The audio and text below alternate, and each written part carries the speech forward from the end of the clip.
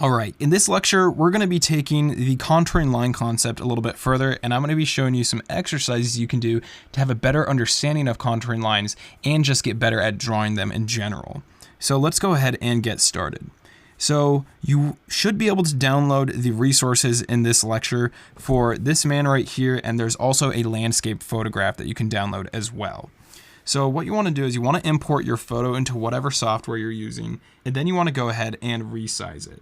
So in Photoshop, it's just Command T if you're working on a Mac, but this isn't a software specific course, so you might have to do a little bit of research in order to learn how to resize this, or you might already know how to do it. But we'll just go ahead and shrink him down to about that size so he's not taking up our whole entire canvas. Then we'll switch to the brush tool, and what we want to do is we want to just basically draw the contouring lines of this man. So I'm going to add a new layer on top of this just so we're not drawing directly on top of any of these photographs or a background. And so basically a contouring line is just going to follow, let's say, the bridge of the nose. I used it as an example before, or it might follow this line right there, or the nostril hole, or the bottom of the nose right there. There might even be a contouring line right there. The eyebrows, all of this. These are all contouring lines.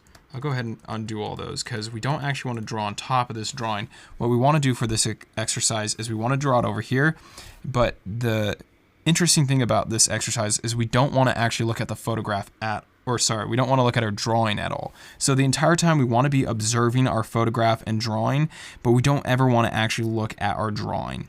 Because what we're trying to do is we're trying to, one, learn how to observe the photograph, and two, we're trying to see those lines, and we're trying to learn how to basically translate what we see over here through our hand over here. And a good way to practice that is by just not even looking at your drawing at all. Now, your drawing is probably not going to turn out very good. Mine probably won't even turn out very good. And that's okay. Another thing is we want to remember where our hand has been. And so what we're going to do is we're going to make a rule that we're not allowed to lift our hand off of the tablet. We have to keep pushing down the entire time in one continuous line to draw all the contouring lines. So that way our hand can kind of remember where we've been.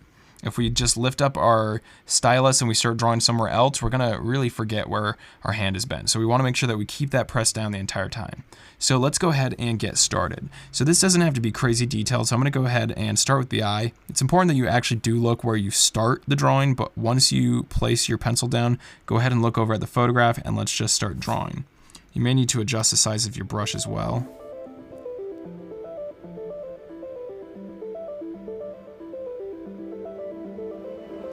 And so like I said, we can't pick up our brush, so we want to make sure that we are continuing back on the same lines. We don't want to pick that brush up at all. Now you can make this a pretty quick drawing. You don't have to take forever for it.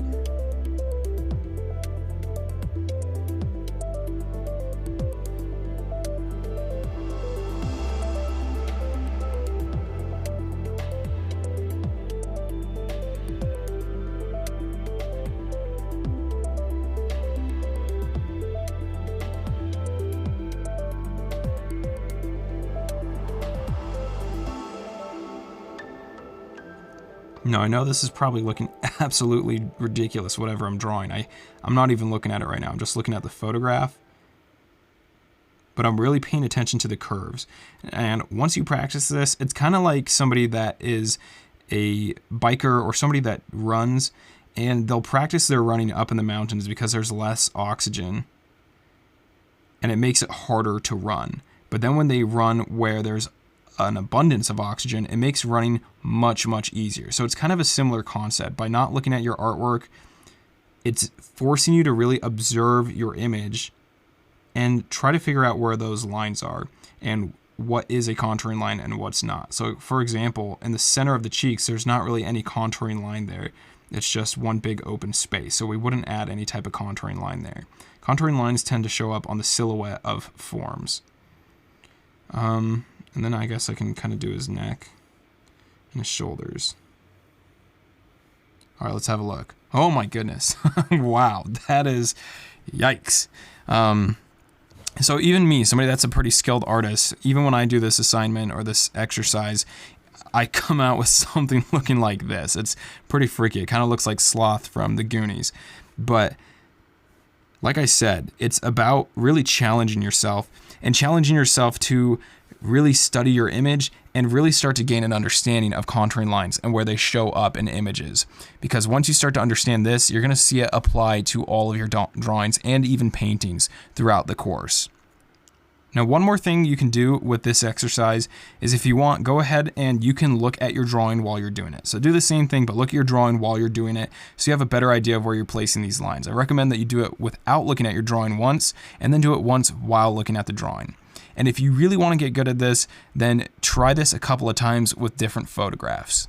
All right, let's go ahead and move on to the next exercise. So the next exercise is going to just be tracing over an image. So this is the second photo that you could download in the resources for this lecture. And what we're going to do is we're just going to create a layer on top of that. So whatever program you're in, there's going to be a way to add a layer on top of that. And that's what we're going to draw our contouring lines on. So we just want to look at this photograph, or whatever photograph we're working with, and we want to figure out where the contouring lines are and what's not a contouring line. So with contouring lines, you can get pretty detailed, but for the most part, you want to keep it simple. So for example, all these little ripples in the wave, we wouldn't want to just do little lines out here as contouring lines. We would basically want to just keep this space nice, big, and open. It's not going to really consist of any contouring lines because there's no real definite form. It's just basically one big flat surface. So at the edge of this surface, so right here, for example, where it meets up with the edge of the cliff, that can be a contouring line. So let's go ahead and get started. So I'm going to start down here. Let's start with the top edge of the cliff. So we just want to kind of find a line that makes up our contouring line. And we just want to follow that. So we can kind of follow the shape, and I guess you could almost call it the texture of the edge of this cliff. It's nice and jaggedy.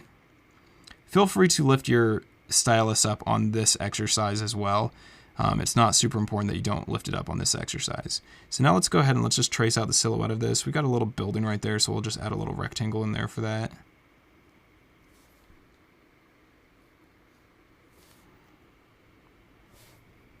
We're just following the basic edge of the cliff.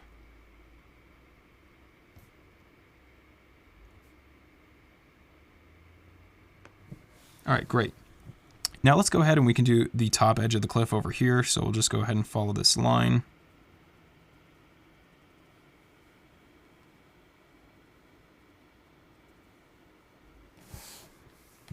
Great. All right, so we also get a little bit, I think, of a contouring line. So as you can see, all of this area is pretty flat, but once we get over here to this edge, this river or this road or whatever this is, it kind of starts to slope down in that direction. So it's flat there and then it slopes down.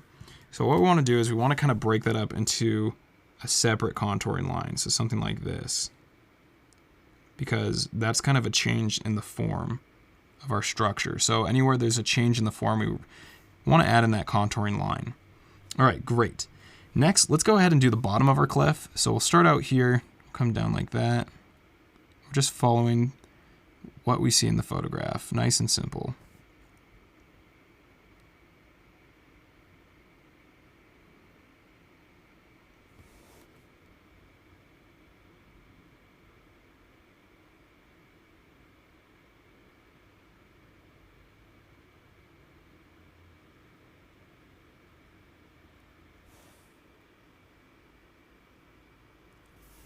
And then we can go ahead and trace out things like these little rocks out here.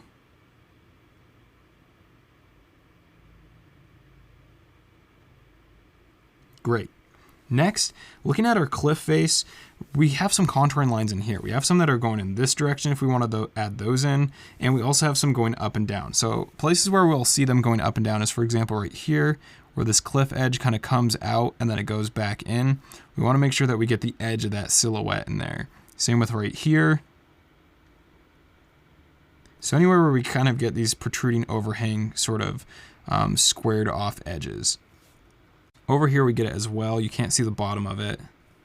And we also get a little bit of a hill right there that kind of comes out like that. A little bit there as well. And then we can come over here. This rock kind of gets a little bit of a line like that, and that just kind of creates a little bit of form in there. But as you can see, you have a few of these lines that kind of break up the form, and we create that with our contouring lines.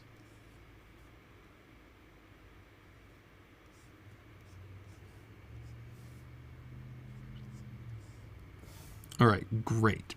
So there we go. We basically drew in all of our contouring lines. If we wanted to, we could go ahead and draw a straight line across the top here as our horizon. But now if we go ahead and we turn off our image layer, so if you come over here and click this eye, there should be a way in your program to turn off the image layer.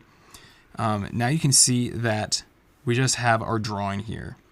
And it basically looks like the photograph we just looked at, except it's just made up of lines. But we can kind of still get the same idea of what the form and the perspective and the shape, language, and all of that good stuff. We can get that just from this contouring line drawing. Now I recommend that you do a few of these exercises. So not only just do a few of these exercises, but also do a few of these where you take a photograph, you trace it and figure out what the contouring lines are, and then do that with a few different things. So you can do that with a person, with landscapes, with an animal, but really just start to break it down into simple contouring lines. That brings us to the end of this lecture. Thanks for watching, and I'll see you in the next one.